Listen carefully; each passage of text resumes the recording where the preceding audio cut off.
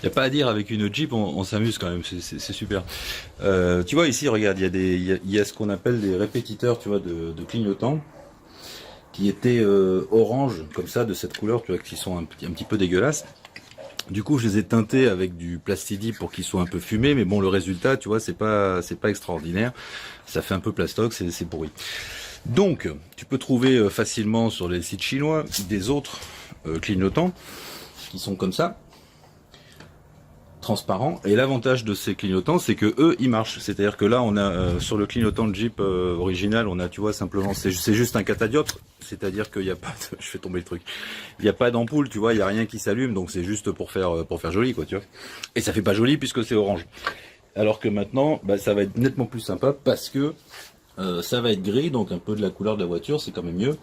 Et surtout, ça va clignoter. Je vais te montrer ça. Je viens d'installer. Alors c'est tout un bazar, hein, ça fait une demi-heure que je suis là-dessus. Mais je viens d'installer en fait le clignotant du côté gauche.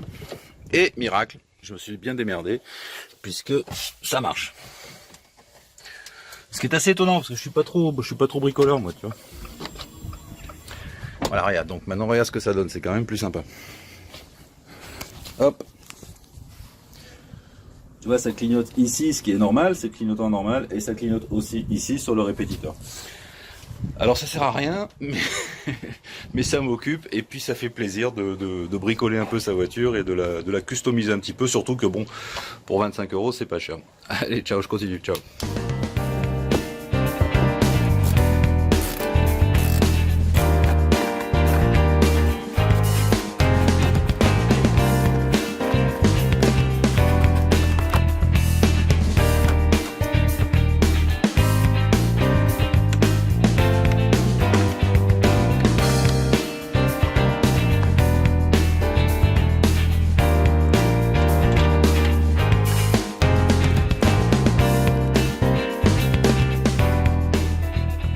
Voilà, donc c'est installé, il tient, c'est bon. Maintenant je vais aller chercher le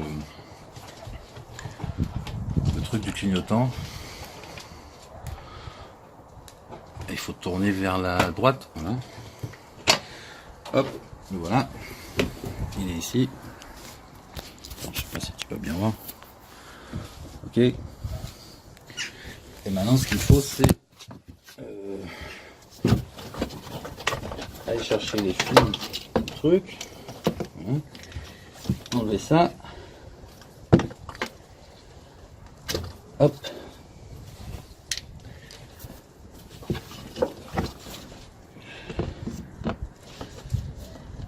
Ça, ça se branche sur ce truc là. Hop. Et ça du coup ça revient sur le bulbe du clignotant. Hop, le petit clic, tout, c'est bon. Voilà. Et maintenant je remets le clignotant où il est, dans son truc d'origine. Voilà. Maintenant tu vois les 4 trucs clignotent. Les 2 clignotants du bas et les clignotants latéraux. Donc il me reste encore à faire un peu de rangement et de déco. Et c'est bon.